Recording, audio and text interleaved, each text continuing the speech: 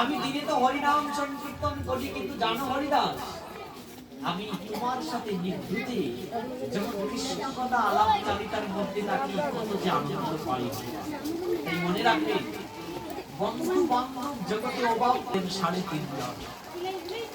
শ্রীরূপ রামরায় হরিদাস, শিখি মাহিতির বগ্নি মাধবী দাস, এই ছিলেন 3.5 লাখ। আর ভগবান শ্রীকৃষ্ণ দাপরে যখন লীলা বিলাস করেছিলেন 125 বছর, কিন্তু একদিন দাদা বলরামকে বলছেন, দাদা শুনো শুনো দাদা, আমি ভক্তির কথা কই। এই তুমি ঠিক আছে, আমাদের লোক আছে তো, ঠিক আছে তুমি উঠো, ঠিক আছে বক্তব্য একটু কি করো। আর আমরা বুগারতির পূর্ব পর্যন্ত কেন আকাশের অবস্থা ধীরে ধীরে একটু কি হচ্ছে, খারাপের দিকে যাচ্ছে। যেটুকু প্রভু সময় দিয়েছেন যথেষ্ট সময়, কেন না সকালে যথেষ্ট আর রাত্র প্রভাত হওয়ার পূর্বে যথেষ্ট বৃষ্টি হয়েছিল, যার জন্য এতটুকু যে প্রভু কৃপা করে সময় দিয়েছেন। তো যে কথাটা আমরা আস্বাদনে বর্ণনায় ছিলাম, তো এই জায়গায় মহাপ্রভু কি করছেন, হরিদাসকে বলছেন, হরিদাস আমার যে সকল সুখ তোমার সবা লইয়া, তোমার যোগ্য নয় যাও আমারে ছাড়িয়া। হরিদাসকে বলছেন, হরিদাস যে আমি তোমাকে পেয়ে কত আনন্দ পাই, কিন্তু জানো হরিদাস, আমাকে ছেড়ে চলে গেলে আমি কাকে নিয়ে থাকবো। আমি এই দুজন দাদাকে বলছেন, মন্দিরের নিচে যে স্থান হয়েছিল ওটা করাতে অনেকটা ছবি সরাতে হয়েছে, কিন্তু সেই জায়গায় একটা ছবি ছিল আমাদের চকিগঞ্জের মন্টুরাম বিশ্বাসের ছবিটা।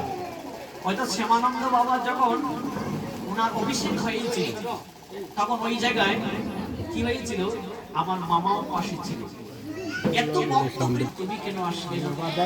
মা বলতেন, আমি একটা চাকরি করি, আমার মন ছিল আসতে পারে, সামনের অনুষ্ঠানে তুমি আসবে। এইভাবে তিনি মামাকে বলতেন, কেননা এত বক্তব্য তো আসতে, কিন্তু তত্ত্বের আদান প্রদান সবার সাথে হবে। যার জন্য তত্ত্বের আদান প্রদান যার সাথে হয়, তারাই তো আপন হয়ে ওঠে, তারাই তো আপন হয়ে ওঠে। আরেকটা নিবেদন করছি যে শ্যামানন্দ বাবার আবির্ভাবের তারিখটা কবে, বাংলা তারিখটা। হরে কৃষ্ণ। তো শ্রাবণ মাসের 15 তারিখ আমাদের শ্যামানন্দ বাবার শুভ আবির্ভাব তিথি।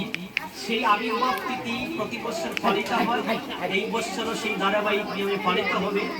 এই বছর আমাদের মধ্যে অঙ্গীকার ব্যক্ত করেছেন সাতক্ষীরার একজন মহান বিদগ্ধ ভাগবত আলোচক বিল্লমঙ্গল গোস্বামী প্রভু আসবেন। আর আমরা সবাই যেন যাই, আর যার যা কিছু একটু পুষ্প, না হয় 10-5 টাকা, দুধ, কলা, যার যে সামর্থ্য দিয়ে কি করবেন বাবার যখন আসছে আমি বলে দিলাম, আমারে সারিয়া। হরিদাস ঠাকুর বলছেন, আমা হেন এক পিঠে যদি মারা গেল এক পিপিলি।